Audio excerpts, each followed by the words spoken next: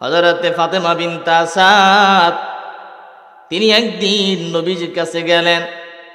যাওয়ার পরে নবীকে বলতেছে, হে ভাতিজা মুহাম্মদ, তোমার কাছে আমার 4টা আবদার। কয়টা?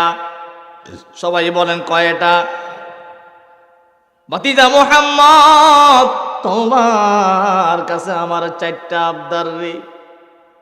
যদি তোমার আগে আমি দুনিয়া থেকে চলে যাই, মৃত্যুবরণ করি রে ভাতিজা, তোমার কাছে আমার 4টা আবদার আমি রেখে গেলাম। 1 নম্বরে আবদার হলো রে ভাতিজা, আমি যেই দিন দুনিয়া থেকে চলে যাব, ইন্তেকাল করব, আমাকে যেই কাপড়টা দিয়ে তোমরা কাপন পরায়া কবরে দাপন করবা রে ভাতিজা, আমার তোমার কাছে আবদার হলো তোমার জুব্বা দিয়ে আমার কাপন দাপনের ব্যবস্থা করবা কিনা বলো। 2 নম্বরে আবদার, ভাতিজা আমার জানাজাটা তুমি পড়াবা কিনা বলো। 3 নম্বর, আমার কবরে তুমি মাটি দিবা কিনা বলো। 4 নম্বর, ভাতিজা যেই কবরে আমাকে রাখা হবে, ওই কবরটা করার পর সর্বপ্রথম তুমি আগে কবরে শুইবা, তারপর ওই কবরে আমাকে রাখবা। 5টা ঠিক আছে। এবার নবীজির চাচি আম্মা কিছুদিন পরে ইন্তেকাল করলেন। ইন্তেকালের পরে তাকে যেই কাপনের কাপড়টা পরানো হলো, নবীজি তার দেহ মুবারকের, তার শরীরে যেই জামা পরতেন, এই জামাটা জুব্বা দিয়া চাচি আম্মার কাপন দাপনের ব্যবস্থাটা করলেন। 2 নম্বর, নবীজি তার চাচির জানাজা পড়ালেন। ওই জানাজার মধ্যে কিতাব সাক্ষী দেয় 70টা তাকবীরে দেওয়া হয়েছে। কয়টা? 70টা। কেউ বলেছেন ইবনে আব্বাস তার জানাজা পড়িয়েছেন, আবার কেউ বলেছেন আবু বকর রাদিয়াল্লাহু তাআলা আনহু তার জানাজা পড়িয়েছেন। আর নবীজি তাদের পিছনে দাঁড়িয়েছেন এবং দাঁড়ানোর পরে তিনি 70টা তাকবীর দিয়েছেন। কন্যা সুবহানাল্লাহ।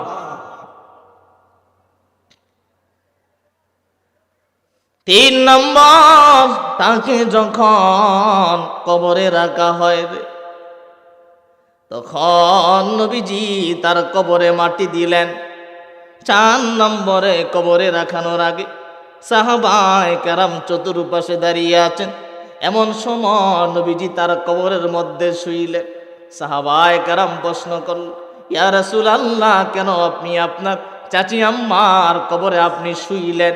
কয় সাহাবীরা, আমার চাচি আমাকে বলছে আমি যেন তাকে যেই কবরে রাখি, ওই কবরে যেন আগে আমি শুই, তারপরে যেন আমি তাকে শোয়াই। কয় ইয়া রাসূলুল্লাহ, কেন আবদারটা দেরি করলেন, কেন আপনি শুইলেন? এবার নবীজি তার চাচি আম্মাকে প্রশ্ন করেছেন, মা, কেন আপনি 4 নম্বর আবদারটা কেন করলেন গো মা? নবীজির চাচি জবাব দেয়, ভাতিজা মুহাম্মদ, তোমার দেহ যেই কবরে লাগবে রে, আমার বিশ্বাস তোমার দেহটা যেই কবরে লাগবে, যেই মাটির সাথে লাগবে, যেখানে লাগবে, আমার বিশ্বাস তোমার দেহ মুবারকের উসিলায় আল্লাহ আমার কবরের আযাব কিয়ামত পর্যন্ত মাফ করে দিবে।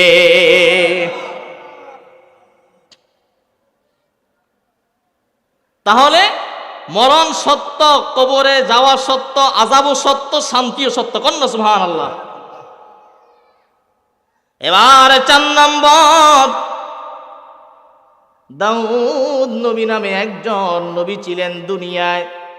নাম শুনছেন? ওনার সন্তান ছিল 19 জন। কতজন?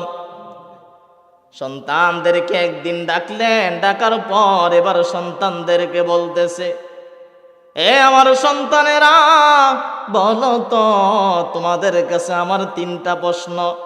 1 নম্বর প্রশ্ন হলো, বলো তো দুনিয়ায় কোন জিনিসের দাম নাই?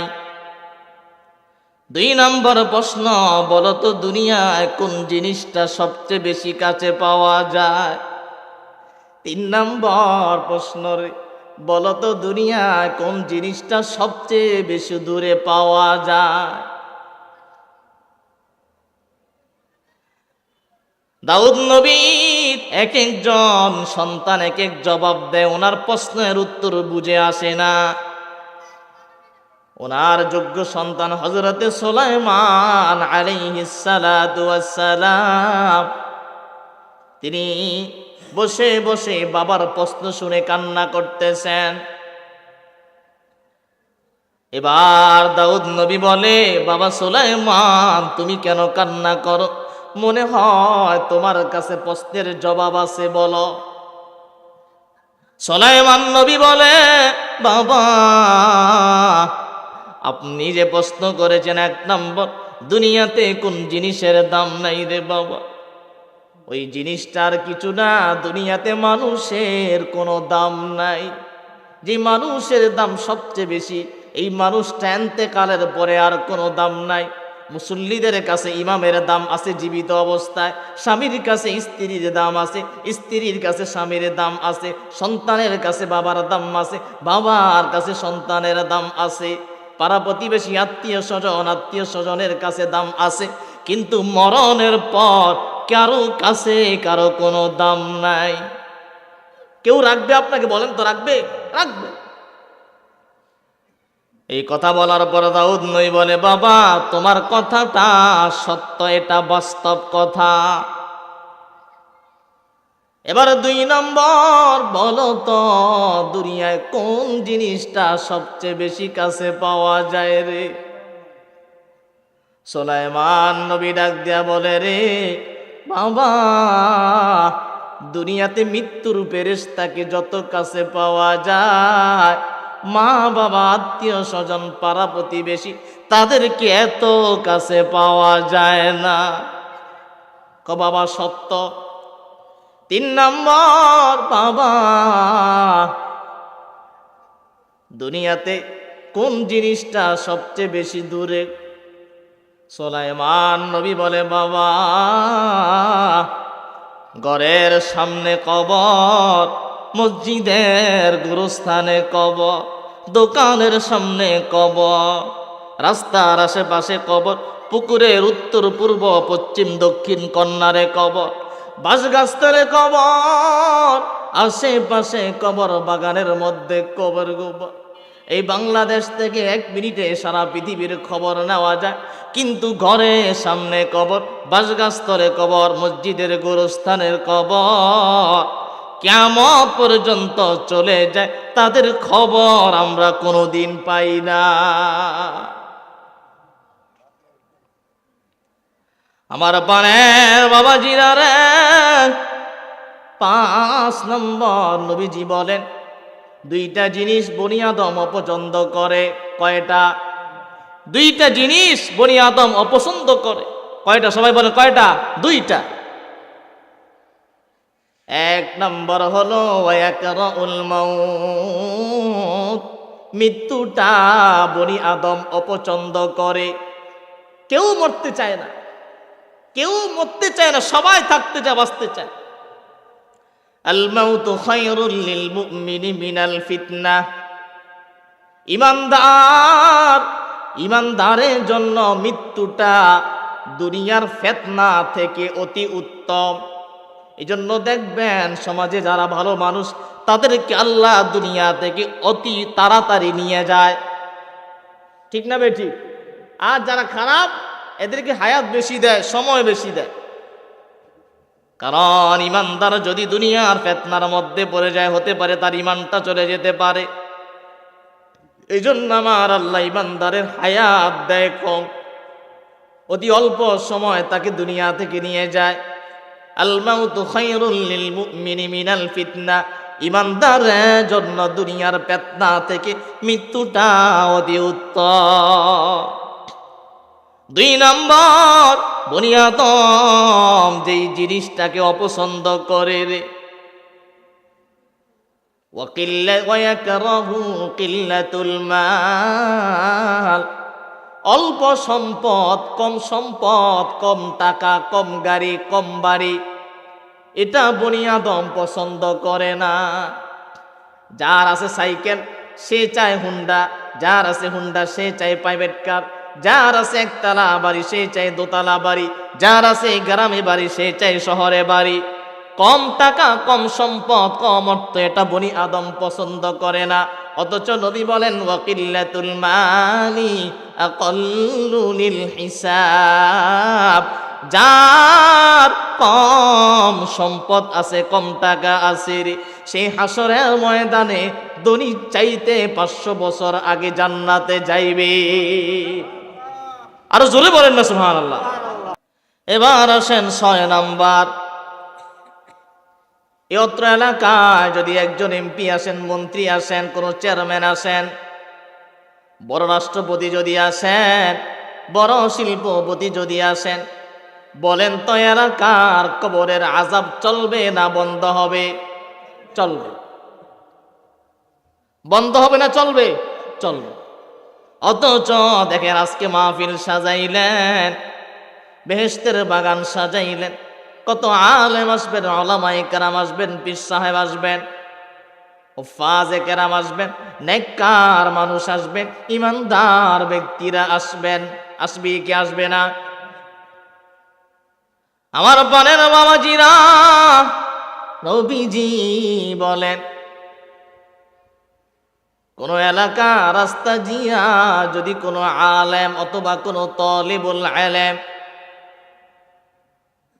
কোন এলাকা রাস্তা দিয়া কোনো আলেম অথবা কোনো তালিবুল ইলম যদি হেঁটে যায়, শুধু হেঁটে যাওয়ার কারণে আমার আল্লাহ ওই এলাকার যত কবর আছে সব কবরের আযাব 40 দিনের জন্য ক্ষমা করিয়া দেয়।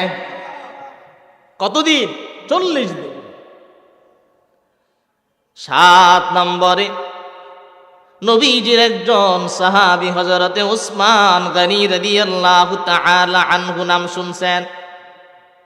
এ উসমান গনি রাদিয়াল্লাহু তাআলা আনহু যখন তিনি রাস্তা দিয়া হাঁটতেন, ইযা ওয়াকাফা আলা কবরিন বাকা হাত্তা ইয়াবুল্লা লিহিয়াতাহু ফাকিলা লাহু তুযকারুল জান্নাতু ওয়ান নার।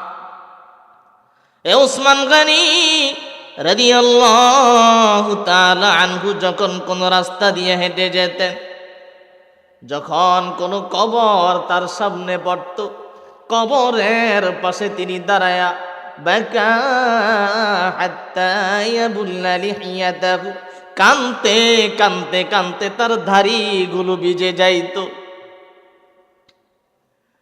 সাহাবীরা প্রশ্ন করত, হে আমিরুল মুমিনিন, আপনাকে হাবিবুল্লাহ জান্নাতের সুসংবাদ দিয়েছেন, আপনি তো জান্নাতের টিকিট পেয়েছেন, তারপরে আপনি কবর দেখলে কেন এত আপনি কান্না করেন গো?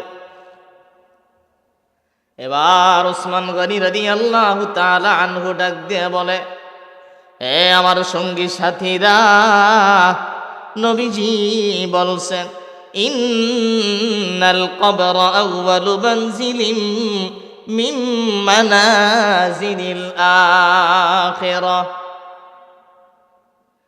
দুনিয়া থেকে মানুষ যখন চলে যায়, বরজখি বা কবরের জগতে মানুষ যখন চলে যায় রে, এই কবর থেকে শুরু করে জান্নাতে যাওয়ার আগ পর্যন্ত অনেকগুলা মঞ্জিল আছে, দাফ আছে।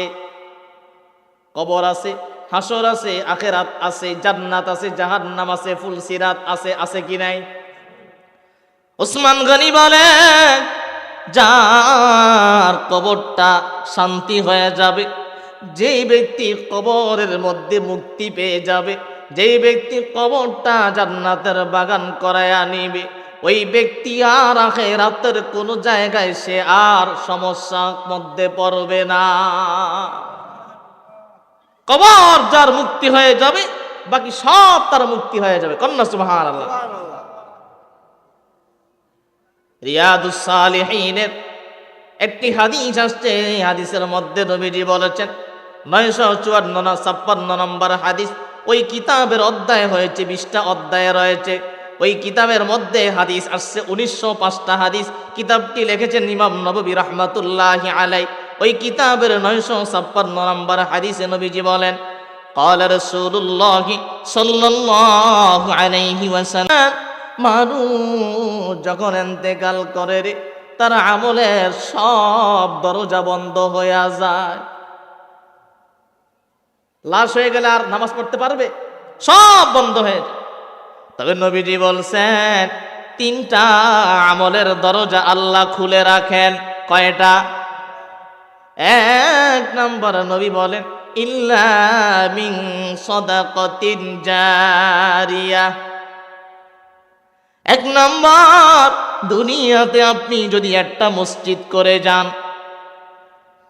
অথবা আপনি মসজিদে 1000, 5000, 10,000 টাকা দিয়ে শরীক হলেন, অথবা একটা মুক্তব করে গেলেন, অথবা একটা এতিমখানা করে গেলেন, অথবা একটা গরিব অসহায় ব্যক্তিকে থাকার মতো গরনে একটা ঘর করে দিলেন, পানি খাওয়ার মতো কলনে একটা কল বসাইয়া দিলেন, একটা ছেলের তার বা নাই, বাপ নাই, আত্মীয় স্বজন কেউ নাই, তার জন্য একটা কর্মের ব্যবস্থা করে দিলেন।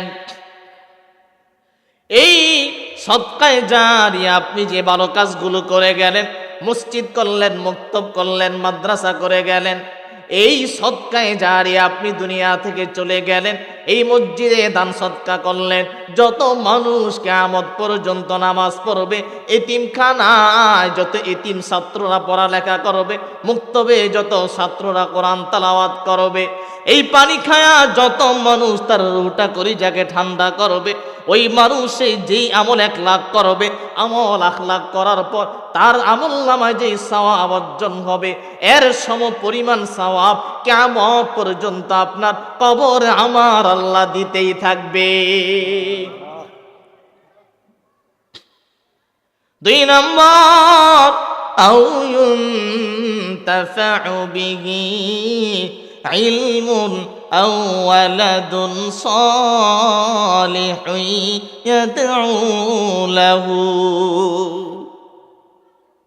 2 নম্বর আমার নবী বলেন, আও ইউনতাফাউ বিহি ইলমুন, এমন একজন সন্তানকে উত্তম শিক্ষা দিয়া যান, কোরআন শিক্ষা দিয়া যান, ইলম শিক্ষা দিয়া যান। এই সন্তানটা ইলম শিখার পর তার থেকে আরো ছাত্ররা ইলম শিখবে, হাফেজ হবে, আলেম হবে, হবে কি হবে না?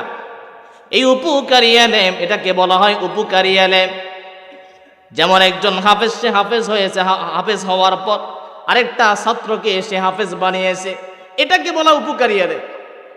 এই পৃথিবীতে 2 জন মানুষ আছেন, তারা মৃত্যুর পর তাদের কবরের মাটিটা মেশক আম্বর আতরযুক্ত সুঘ্রাণ হয়ে গেছে।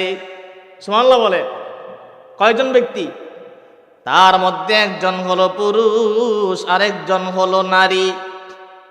যিনি পুরুষ তিনি আর কেউ না, তিনি হলেন হযরতে ইমাম বুখারী রাহমাতুল্লাহি আলাইহি। আর যিনি মহিলা তিনি হলেন নবীজির 4র্থ কন্যা, কলিজার টুকরা হযরতে ফাতেমাতুজ জোহরা রাদিয়াল্লাহু তাআলা আনহা। চিল্লায়া বলেন না সুবহানাল্লাহ। ইমাম বুখারী কেন তার কবরের মাটিটা সুগন্ধি হয়ে গেল? আও ইউনতাফাউ বিহি ইলমুন, তিনি ইলম শিখছেন, শিখার পর দুনিয়ার আলেমদের জন্য, দুনিয়ার মানুষের জন্য বিশাল একখানা কিতাব লেখলেন, যার নাম হলো বুখারী শরীফ। এই হাদিসের ইলম তিনি খেদমত করে গেছেন। কিয়ামত পর্যন্ত যত মাদ্রাসায় যত ছাত্ররা এই কিতাব পড়বে, যেই সওয়াব অর্জন করবে, কিয়ামত পর্যন্ত তার কবরে এই বুখারী শরীফ তেলাওয়াত করার সওয়াব পৌঁছতেই থাকবে। আর 3 নম্বরে নবীজি বলেন, আওয়ালাদুন সালিহুন ইয়াদউ লাহু। দুনিয়াতে একটা সন্তান আছে, 5টা, একটা সন্তানকে আলেম বানান, অথবা হাফেজে কোরআন বানালেন, অথবা উত্তম শিক্ষিত বানালেন। দুনিয়াতে চলার জন্য একজন নেককার সন্তান আপনি তৈরি করে গেলেন। আপনি দুনিয়া থেকে চলে যাওয়ার পর আপনাকে যেখানে কবর দেওয়া হবে ওই গরুস্থানের সামনে আপনার সন্তান যায়া নেককার সন্তানটা যে আপনার কবরের সামনে দাঁড়াবে, দাঁড়ায় আল্লাহর কাছে বলবে রব্বানা গফিরলি ওয়া লিওয়ালিদাইয়া ওয়া লিল মুমিনিনা ইয়াওমা ইয়াকুমুল হিসাব রব্বিরহামহুমা কামা রব্বায়ানি সগীরা। এই দোয়া করবে সন্তান। এই দোয়া করার পরে সন্তানের দোয়ার উসিলায় আল্লাহ আপনার কবরে আযাব কিয়ামত পর্যন্ত মাফ করে দিবে। বহু মানুষ আছে সন্তানকে সুচিকিৎসা দেয় না, সুশিক্ষা দেয় না, ভালো শিক্ষা দিতে পারে না। বহু মানুষ কবরে শুয়ে আছে, আত্মীয় স্বজনরা হাঁটে, ছেলে সন্তানরা হাঁটে, নাতিরা হাঁটে। কবর থেকে আপনি যখন রাস্তা দিয়ে হাঁটেন আপনার বাবা আপনার মা কবর থেকে আপনাকে ডাক দিয়া বলে, ও সন্তানেরা, তুমি না রে আমার আপন সন্তান, তুমি না রে আমার ছেলে, তুমি না রে আমার নাতি, তুমি না রে আমার ভাতিজা, তুমি না রে আমার ভাগিনা, কেন রে দুনিয়াতে এইভাবে তোমরা চলাফেরা করো? আমাদের কথা কি তোমাদের কি মনে পড়ে না? যায়ও না, যায়ও না, আমার কবরের সামনে একটু দাঁড়াও, দাঁড়াইয়া আমাদের জন্য সূরা ফাতিহা পড়িয়া, ইখলাস পড়িয়া, দুরূদ শরীফ পড়িয়া আমাদের জন্য কবরের মধ্যে মাগফিরাতের দোয়াটা করিয়া যাও। তাহলে কবর মৃত্যু এটা সত্য না মিথ্যা? কথা বলেন না, সত্য না মিথ্যা? আমাদেরকে আল্লাহ দুনিয়াতে পাঠিয়েছেন এবং দুনিয়া থেকে আবার নিয়ে যাবে। তাহলে দুনিয়া থেকে যে আমরা দুনিয়াতে আসছি কেন? ইবাদত করার জন্য। কেন আসছি? কথা বলেন, কেন আসছি? ইবাদত করার জন্য। আবার দুনিয়া থেকে যদি আপনি যাবেন, আপনি যদি পাপাচার হয়ে যান, কবর আপনার জন্য অশান্তির জায়গা হয়ে যাবে, শাস্তির জায়গা হয়ে যাবে। আর যদি ইমানদার হয়ে মুমিন বান্দা হয়ে যেতে পারেন তাহলে আপনার কবরটা জান্নাতের বাগান হয়ে যাবে। কন্যা সুবহানাল্লাহ। আল্লাহ পাক আমাকে আপনাদের সবাইকে ঈমান নিয়ে আমরা যেন বেশি বেশি নেক আমল করতে পারি। আল্লাহ পাক সকলকে তৌফিক দান করুন। আমিন। ওয়া আখির দাওয়ানা আলহামদুলিল্লাহি রাব্বিল আলামিন। আসসালামু আলাইকুম ওয়া রাহমাতুল্লাহ।